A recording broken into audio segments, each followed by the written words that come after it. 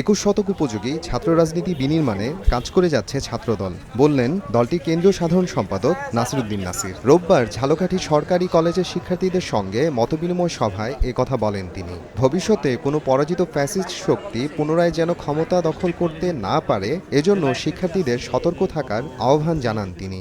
ভবিষ্যতে কোনো পরাজিত ফ্যাসিস্ট শক্তি যেন পুনরায় ক্ষমতা দখল করে এরকম নির্যাতন করতে না পারে, সেজন্য সাধারণ শিক্ষার্থীদেরকে সজাগ দৃষ্টি রাখার আমরা উদাত্ত আহ্বান জানাচ্ছি এবং একটি গণতান্ত্রিক ক্যাম্পাস বিনির্মাণে বাংলাদেশ জাতীয়তাবাদী ছাত্রদল সাধারণ শিক্ষার্থীদের পাশে থাকতে চাই এবং আমরা এই বলে আশ্বস্ত করতে চাই সাধারণ শিক্ষার্থীদেরকে যে ছাত্রলীগের যে দখলদারিত্ব, মাস্তানি, হল দখল, ছিনতাই, রাহাজানি, গুন্ডামি এবং দর্শনের মতো যেই একটি নেগেটিভ রাজনীতির বিপরীতে আমরা একটি ইতিবাচক রাজনীতির শুভ সূচনা করতে চাই এবং এই শুভ সূচনায় বাংলাদেশের ক্রিয়াশীল সকল ছাত্র সংগঠন এবং ছাত্র সমাজের প্রত্যেকটি অংশকে আমরা বাংলাদেশ জাতীয়তাবাদী ছাত্রদলের পাশে দেখতে চাই। শারদীয় দুর্গাপূজাকে সামনে রেখে নোয়াখালীতে প্রস্তুতি সভা করেছে বিএনপি। এতে প্রধান অতিথি ছিলেন দলটির ভাইস চেয়ারম্যান মোহাম্মদ শাহজাহান। হিন্দু ভাইদের মধ্যে হিন্দু কর্মীদের একটা তালিকা তৈরি করে, বিশেষ করে আমরা চেষ্টা করব বেশিরভাগ জায়গাতে তাদেরকে দায়িত্ব দেওয়া, তাহলে একটু তাদের পক্ষে সুযোগ গ্রহণ করে একটু কষ্ট করব। এরপরে আমরা আমাদের মধ্যে থেকে যারা ম্যাচিউর আছে তারা ভালো বুঝে একটু নেব। আর আমি অনুরোধ করি, যেমন আমি একটা আকারে বলছি যে আমাদের যে কমিটিগুলো হবে, যদি পারেন এই কমিটিগুলো যারা দায়িত্বে থাকবেন তাদের ছবি সংগ্রহ করি, এই ছবিটাকে এটা করি গলার মধ্যে ঝুলে রাখার একটা ব্যবস্থা করা যায়, তাতে করে যে কোনো গোয়েন্দা সংস্থা গেলে বুঝতে দিয়ে দীর্ঘ 11 বছর আইনি লড়াই শেষে পুলিশের উপর হামলা ও বিস্ফোরক মামলা থেকে খালাস পেয়েছেন মুন্সিগঞ্জের শ্রীনগরের সাবেক বিএনপি সভাপতি মমিন আলী সহ দলটির 115 জন নেতাকর্মী। জেলার সিনিয়র জুডিশিয়াল ম্যাজিস্ট্রেট আদালতের বিচারক জসিতা ইসলাম দুই পক্ষের জবানবন্দি পর্যালোচনা শেষে এ রায় দেন। আমাদের অনেক নেতাকর্মীকে মামলায় জামিন না দিয়ে জেলে পাঠানো হয়, 2 মাস 3 মাস 4 মাস পর্যন্ত আমাদের জেল খাটতে হয়।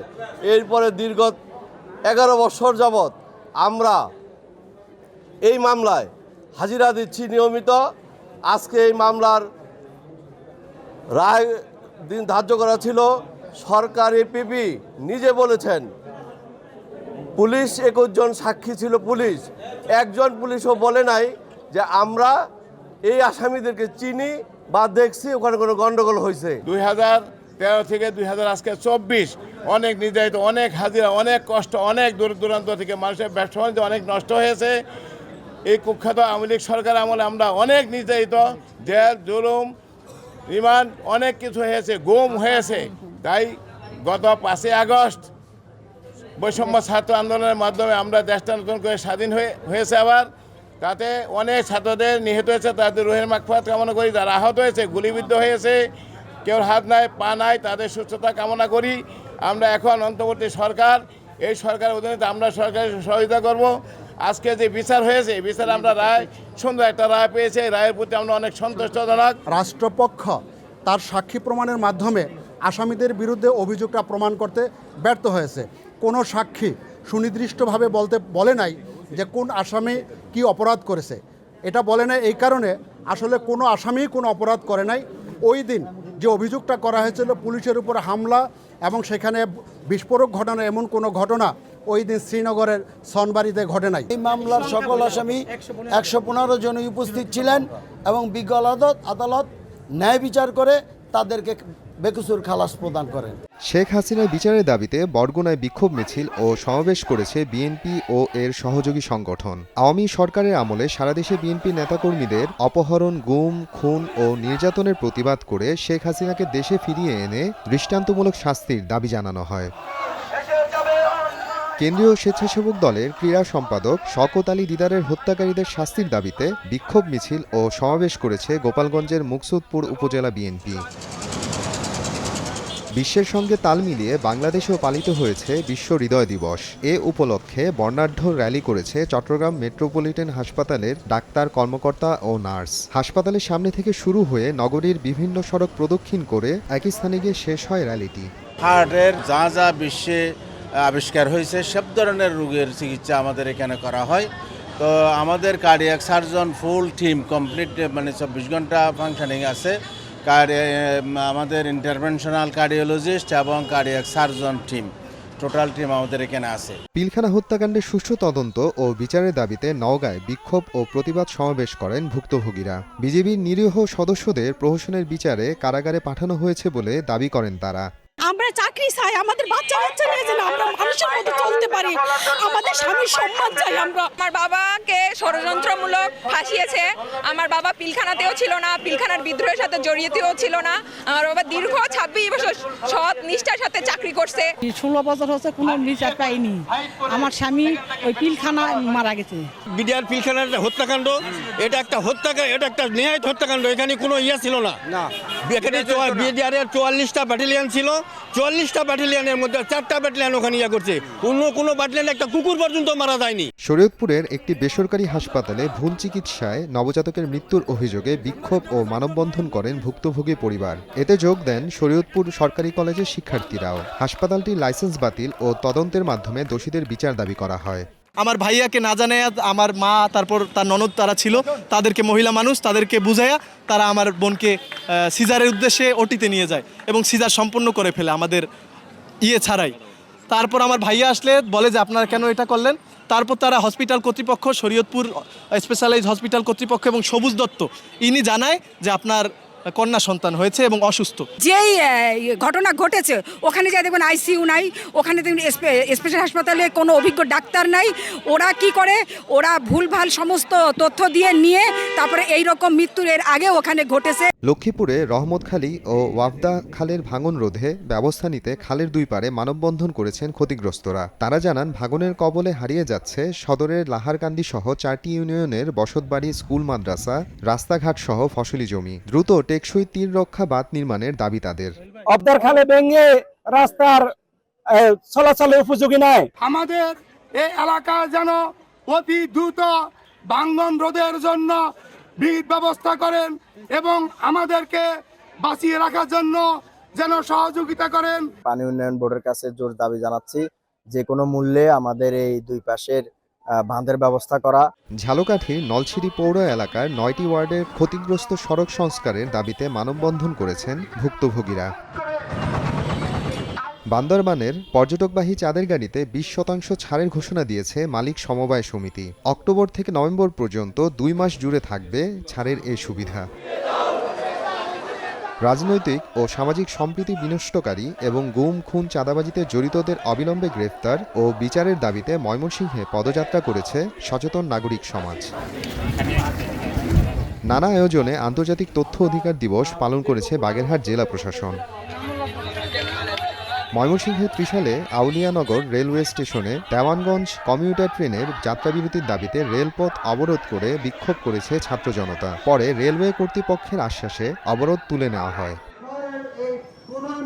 এদিকে আন্তনগর ট্রেনে যাত্রাবিরতির দাবিতে ব্রাহ্মণবাড়িয়া রেলওয়ে স্টেশনে মানববন্ধন করেছে জেলা নাগরিক ফোরাম। বিজয় এক্সপ্রেস ও কালনী এক্সপ্রেস ট্রেনে যাত্রাবিরতি সহ ঢাকা ব্রাহ্মণবাড়িয়া রুটে নতুন একটি ট্রেন সার্ভিস চালু করার দাবি করা হয়। সরকারের সময় বিভিন্ন জায়গায় এরকম হচ্ছে যে লোকাল স্টেশনেও আপনার আন্তনগর ট্রেনের যাত্রাবিরতির ব্যবস্থা হয়েছে। দুটি ট্রেন চালুর বিষয়ে একটি সিদ্ধান্ত নেওয়া হয়েছিল। পরবর্তীতে কোন অজ্ঞাত কারণে এই সিদ্ধান্ত দুটি বাস্তবায়িত হয়নি, সেটি আমরা জানি না। ব্রাহ্মণবাড়িয়া রেল স্টেশনে কালনী এবং বিজয় এক্সপ্রেস ট্রেনের যাত্রাবিরতির ব্যবস্থা না করে এবং এই শত শত যাত্রীর জেলাবাসীর দুর্ভোগ লাঘবের জন্য ব্রাহ্মণবাড়িয়া টু ঢাকা যদি একটি নতুন আন্তনগর এক্সপ্রেস ট্রেন চালু না করে তাহলে আমরা বাধ্য হব গোটা জেলাবাসীকে নিয়ে কঠোর থেকে কঠোর আন্দোলন সংগ্রাম সংগঠিত করতে। যত দ্রুত সম্ভব আমাদের দাবি মানুন, নইলে কিন্তু আমরা বৃহত্তর আন্দোলনের ডাক দিব। বাগেরহাট জেলা পরিষদ অডিটোরিয়াম মাঠে সপ্তাহব্যাপী বৃক্ষমেলা আয়োজন করেছে সামাজিক বন বিভাগ। দিনাজপুরের বড়পুকুরিয়া কয়লা খনির কারণে ক্ষতিগ্রস্ত হয়েছে চৌহাটি গ্রাম। ক্ষতিপূরণ চেয়ে বিক্ষোভ ও মানববন্ধন করেছেন ভুক্তভোগীরা। আগামী 9 তারিখের মধ্যে তারা যদি আমাদের ক্ষতিপূরণ না মানে আমরা কঠোর থেকে কঠোর আন্দোলন যেতে বাধ্য হব। নারায়ণগঞ্জের দলিল লেখক সমিতির সাধারণ সম্পাদক ও সদর রেজিস্ট্রি অফিসের সভাপতি মোহাম্মদ কলিম উল্লাহর উপর সন্ত্রাসী হামলার প্রতিবাদে মানববন্ধন করেছেন সদর সাব রেজিস্ট্রি অফিসের দলিল লেখকরা। অবিলম্বে হামলাকারীদের গ্রেফতার ও শাস্তির দাবি করেন বক্তারা। সারা বাংলাদেশে কোনো দলিল লেখকের যেন এরকম কোনো অমানবিক অত্যাচার না হয়, কারণ আমরা সারা সরকারের শত শত কোটি টাকা রাজস্ব আদায় করে দিই। আমাদের সভাপতির উপর এই ধরনের অত্যাচার কিংবা অন্য কোনো দলিল লেখকের উপর ভবিষ্যতে কোনো প্রকার অত্যাচার হবে, টর্চারিং হবে, এইটা আমরা কোনো অবস্থাতে মাইনে নিতে পারি না। আমরা সুষ্ঠু তদন্তের মাধ্যমে সুষ্ঠু বিচার দাবি করি এবং অপরাধীদের অতি দ্রুত আইনের আওতায় আনা হোক, এটা প্রশাসনের দৃষ্টি আকর্ষণ করছি। একটু সুস্থ হইলে আমরা মামলা করব। আমরা আশেপাশে কারা কে কী করেছে তাদের ওইটাতে শনাক্ত করার ব্যবস্থা করতেছি। কারাবন্দী দৈনিক আমার দেশ পত্রিকার সম্পাদক ডক্টর মাহমুদুর রহমানের মুক্তির দাবিতে বগুড়ায় মানববন্ধন করা হয়েছে। শহরের সাতমাথায় মুক্তমঞ্চের সামনে এই মানববন্ধন করা হয়। প্রজন্ম 24 নামের একটি সংগঠন এই আয়োজন করে। শুধুমাত্র স্বৈরাচারের বিপক্ষে দাঁড়ানোর কারণে, শুধুমাত্র সোনার বাংলাদেশ গড়ার স্বপ্ন দেখার কারণে তাকে একটা সময় মিথ্যা মামলা দিয়ে, সেই মামলার রায় সাজা দিয়ে তাকে দেশ থেকে বাধ্য করা হয়েছে। আজ মাহমুদুর রহমান আমাদের মাঝে সসম্মানে ফিরে এসেছে। আমরা চাই যে সম্মানের সহিত সে এই লড়াই চালিয়ে গিয়েছিল, একটা সময় একা রক্ত ঝরিয়েছে, আজকে হাজার হাজার ছাত্র জনতার রক্তের মাধ্যমে যে বিপ্লব অর্জিত হয়েছে, সেই বিপ্লবের অগ্রধার হিসেবে, সেই বিপ্লবের কাণ্ডের হিসেবে তাকে আমরা সসম্মানে আমাদের মাঝে ফেরত চাই। হত্যা, চাঁদাবাজি ও ভূমি দখলের মামলায় ঠাকুরগাঁও 2 আসনের সাবেক সংসদ সদস্য মাজাহারুল ইসলাম সুজনকে কারাগারে পাঠানোর নির্দেশ দিয়েছেন আদালত। চাঁদাবাজি এবং ভূমি দখলের যে মামলা আমরা করেছিলাম, আজকে আসামিকে এখানে উপস্থিত করা হয়। বিজ্ঞ কোর্ট এটার জামিন নামঞ্জুর করছে। ভবিষ্যতে আরও অধিকতর শুনানির জন্য, অধিকতর তদন্তের জন্য, এবং আরও আসামি আছে, যেহেতু সে একজন লিডার পারসন, সেহেতু তাকে রিমান্ডে নিলে আরও তথ্য বের হয়ে আসবে। এই জন্যই ভবিষ্যতে আরও রিমান্ডের আবেদন করতে পারে বলে আমাদের বিশ্বাস। নদীর দিকে ফিরাই মুখ, বাড়িয়ে দেই ঝিনাইদার সুর, এই স্লোগানকে সামনে রেখে ঝিনাইদহে উদযাপিত হয়েছে বিশ্ব নদী দিবস। শহরের পুরাতন ডিসি কোর্ট চত্বর থেকে র্যালি বের করা হয়। পরে নবগঙ্গা নদীতে নানা প্রজাতির মাছের পোনা অবমুক্ত করেন অংশগ্রহণকারীরা। 10ম গ্রেড বাস্তবায়নের দাবিতে চাঁদপুরের মতলব উত্তরে মানববন্ধন ও সমাবেশ করেছে সরকারি প্রাথমিক বিদ্যালয়ের সহকারী শিক্ষকরা। সহকারী শিক্ষক আমাদের সবার একটাই প্রাণের দাবি, আমরা 10ম গ্রেড বাস্তবায়ন চাই। আমাদেরকে দ্বিতীয় শ্রেণীর কর্মচারী বা আমাদেরকে 10ম গ্রেড, এক দফা আমাদের 10ম গ্রেড, আমরা 10ম গ্রেড চাই। আমরা এই মানববন্ধনের মাধ্যমে এবং স্মারকলিপির মাধ্যমে জানান দিতে চাই, আমরা যাতে আর কঠোর কোনো কর্মসূচি দিতে না হয়। বাংলাদেশ প্রাথমিক শিক্ষাকেও ওই সংস্কারের আওতায় নিয়ে আমাদের একটি যৌক্তিক দাবি 10ম গ্রেড বাস্তবায়ন করা হোক। আবাসিক ছাত্র হলে আসন বরাদ্দে ডোপ টেস্ট বাধ্যতামূলক করেছে চট্টগ্রাম বিশ্ববিদ্যালয় প্রশাসন। চট্টগ্রাম মেডিকেল কলেজ হাসপাতালে এই পরীক্ষাটি করা হবে বলে জানানো হয়। কারো রক্তে মাদকের উপস্থিতি পাওয়া গেলে বাতিল হবে বরাদ্দ আসন। জাতীয় শুদ্ধাচার কৌশল কর্মপরিকল্পনা বিষয়ক এক সভা করেছে সিলেটের বিআরটিসি। এতে উপস্থিত ছিলেন সিভিল ও পুলিশের কর্মকর্তা, বিশিষ্ট নাগরিক, পরিবহন শ্রমিক ও মালিক সংগঠনের নেতাকর্মীরা। বক্তারা জানান, সড়ক দুর্ঘটনায় মারা গেলে 5 লাখ, আহত হলে 1 থেকে 3 লাখ টাকা দেওয়া হলেও অধিকাংশ ক্ষেত্রে আহত ও নিহতদের পরিবারের পক্ষ থেকে ক্ষতিপূরণ দাবি করা হয় না। জামালপুরের ইসলামপুরে অধ্যক্ষের অপসারণের দাবিতে আন্দোলন করেছেন ইসলামপুর সরকারি কলেজের শিক্ষার্থীরা। অধ্যক্ষ না থাকায় হিসাবরক্ষক তাসলিমা আক্তারকে অবরুদ্ধ করে রাখে আন্দোলনকারীরা। 2 ঘন্টা পর তাকে উদ্ধার করে যৌথ বাহিনীর সদস্যরা। আমাদের কলেজে সরকার নির্ধারিত ফি এর বাইরেও আমাদের অতিরিক্ত ফি আদায় করে আমাদের থেকে। প্রিন্সিপালের কাছে আমাদের কলেজে টাকা ধরা হয়েছে 3500 টাকা, কিন্তু অন্যান্য কলেজে ধরা হয়েছে 1500 টাকা। আমি শিক্ষক হিসেবে তাহলে আমি প্রিন্সিপালের সাথে দেখা করতে পারি।